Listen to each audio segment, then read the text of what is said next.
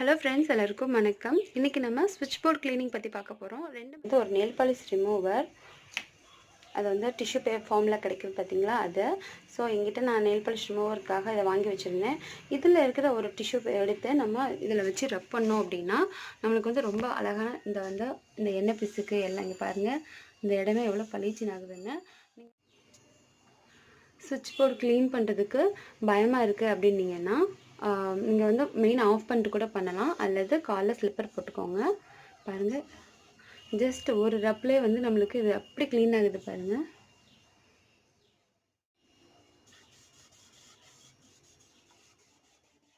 ஆகிட்டு இதில் எந்த டஸ்ட்டும் இல்லை.